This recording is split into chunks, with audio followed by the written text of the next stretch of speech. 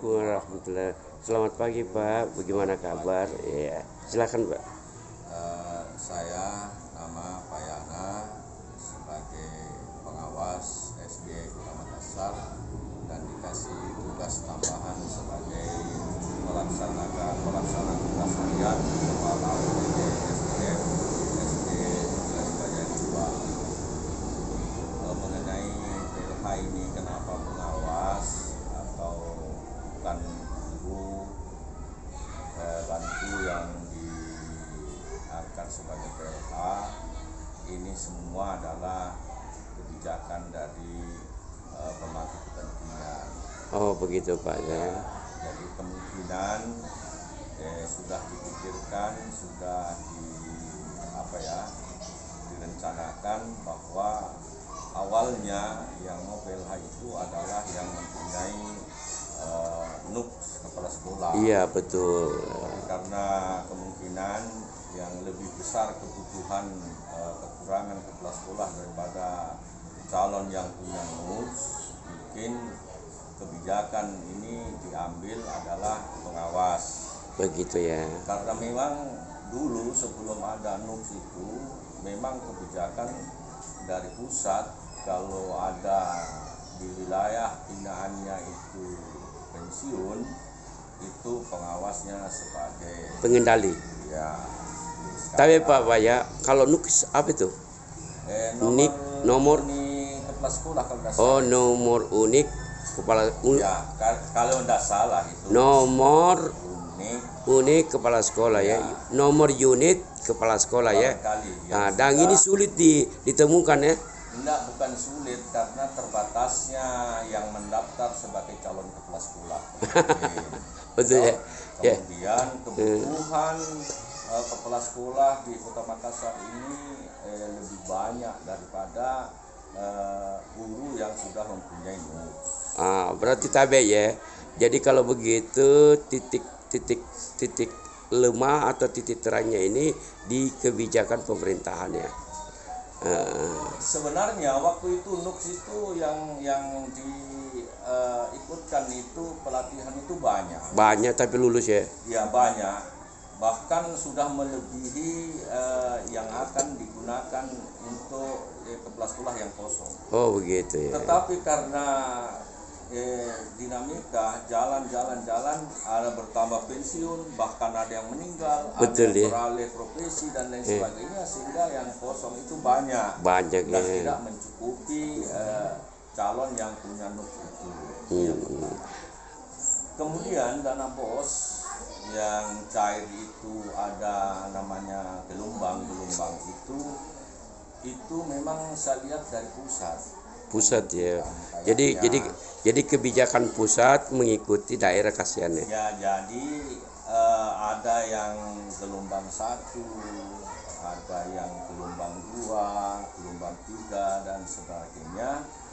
Saya kurang memahami yang ini. Tapi menurut saya yang mendapatkan gelombang yang terakhir itu sangat artinya kurang membantu dalam Proses ya. Proses PBM ya. Pertama, banyak kan di antara sekolah-sekolah itu yang harus menggaji honor gurunya. Betul. Bayar kebutuhan desa. Membayar listrik. Iya betul. Membayar air, membayar WiFi dan yang lain-lainnya itu kalau lambat kasihan ya. Betul. Kalau yang cepat di periode yang pertama itu atau gelombang pertama itu ya alhamdulillah bisa kita bayar. Padahal ya pencairan dana BOS itu tidak ada gelombang, cuma ada 2 ya, semester 1, semester 2. Semester 1 dan semester 2. Jadi Jadi semester 1 itu terbagi-bagi.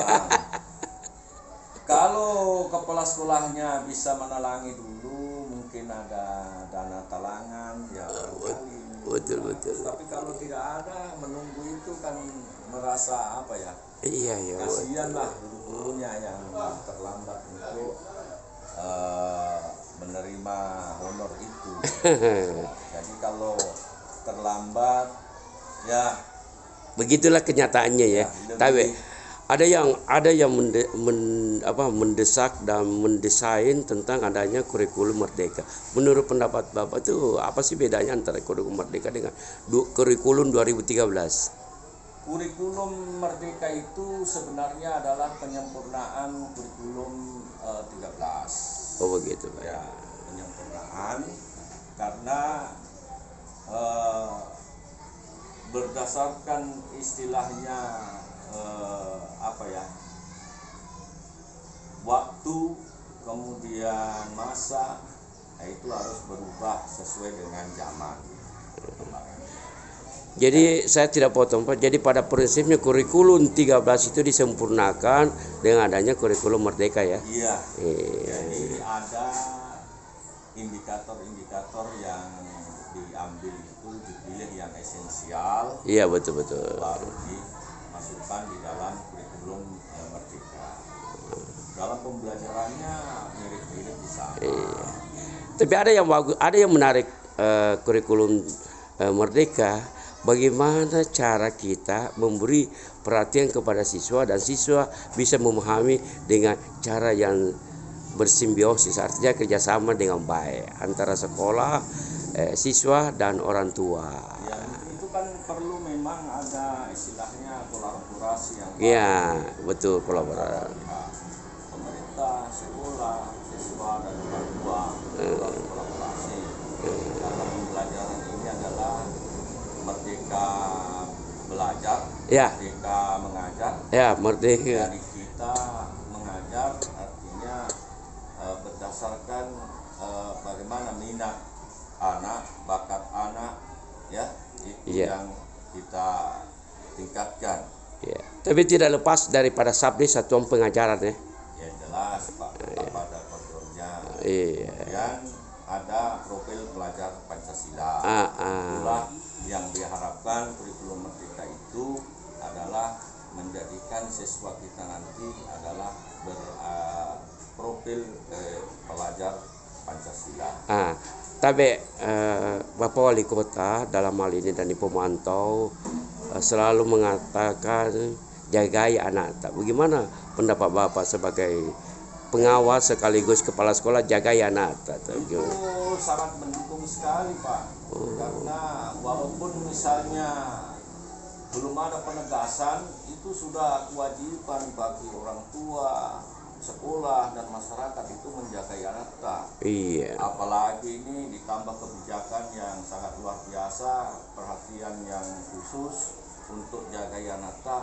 Walaupun misalnya kondisi itu kan bisa berubah-ubah, terkadang kondusif, terkadang mengkhawatirkan dan lain sebagainya. Jadi harus semua pihak harus kolaborasi. Iya, jadi kalau di sekolah salah nanti sekolah akan tertib menjaga anak-anak. Kalau sudah bel masuk sekolah pagar ditutup. Kalau di rumah orang tua kalau di rumah orang tua, dan kalau menjemput anak, kalau belum ada yang jemput orang tuanya, belum dibolehkan keluar dari pekarangan sekolah. Ini betul-betul menunggu ditanya siapa jemputannya. Kalau sudah ada jemputannya baru dilepas. Ditulis itu Pak ya, ditulis seperti daftar tamu Pak ya. Agendanya di kalau ada penjemputan. Satpam Pak. Oh satpam. Oh ya, tugasnya. Jadi betul-betul perang pemerintah Kota Makassar mendukung pendidikan, khususnya kurikulum merdeka seperti itu ya. Merdeka dalam artian berprestasi ya. Merdeka di sini artinya tidak terlalu membatasi anak, tapi masih dalam koridor. Luar biasa ya. Jadi istilahnya anak diberi kebebasan untuk berkarir, untuk mengembangkan minat, mengembangkan bakat. Guru bisa memfasilitasi dan bisa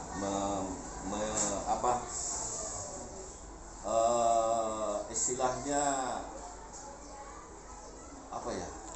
Memberikan memberikan kebebasan, supaya tercapai itu cita-citanya anak itu sesuai dengan bakatnya. Oh saya cita-cita mau begini, mau jadi begini, ya itu kita. Itu semacam visinya siswa ya. Misinya nanti dikolaborasi antara ketentuan yang berlaku di dalam. Tapi rencana ujian untuk kelas 6-nya ini bulan berapa dan penentuannya di bulan berapa? Ujian sekolah istilahnya sekarang adalah asesmen ya. Asesmen. Itu atau ujian sekolah, ujian akhir itu sudah tidak ada ujian nasional. Wah, luar biasa ya. Sudah tidak ada ujian nasional lagi. Itulah yang kurikulum merdeka. Iya, betul ya. Jadi sistem MBS, manajemen berbasis sekolah, itu sudah betul 100% ini diterapkan oleh satuan pendidikan ya. Dari pemangku kepentingan bahwa manajemen berbasis sekolah untuk ujian sekolah, kenaikan kelas, semester, semua diserahkan sepenuhnya kepada sekolah. Iya. Baik pembuatan naskahnya, pengawasannya, kemudian sampai pemeriksaannya, sampai nanti rapatnya dalam penentuan kelulusan maupun kenaikan kelas. Wah, luar biasa deh. Jadi terakhir ini Pak, harapan Bapak sebagai pengawas sekaligus pelaksana tugas di SD Negeri apalagi Pak? Pak Jian juga di SD saja. Harapan terakhir ini Pak. Harapannya mari kita dukung program pemerintah, yaitu terutama program 18 revolusi pendidikan. Di situ. Karena itu sangat relevan dengan pendidikan kita. Kemudian mari kita tingkatkan kompetensi kita, kemudian profesi kita, tingkatkan kedisiplinan, kemudian menjadi guru yang profesional, kepala sekolah yang profesional, pengawas yang profesional, yang bisa menjalankan tupoksinya dengan baik, dengan harapan mudah-mudahan dengan keprofesional kita semua dan kerjasama yang baik menjadikan pendidikan mutu akan meningkat, khususnya di Kecamatan Biringkenaya dan umumnya di Kota Makassar. SD apa lagi Pak? SD UPT, SPF, SD Impres Pajaya 2. Tapi demikian bincang-bincang sejenak kami dari kru Persatuan Wartawan Desa Indonesia Perwade Online mengucapkan terima kasih. Assalamualaikum warahmatullahi wabarakatuh. Selamat melaksanakan ibadah puasa yang ke-9.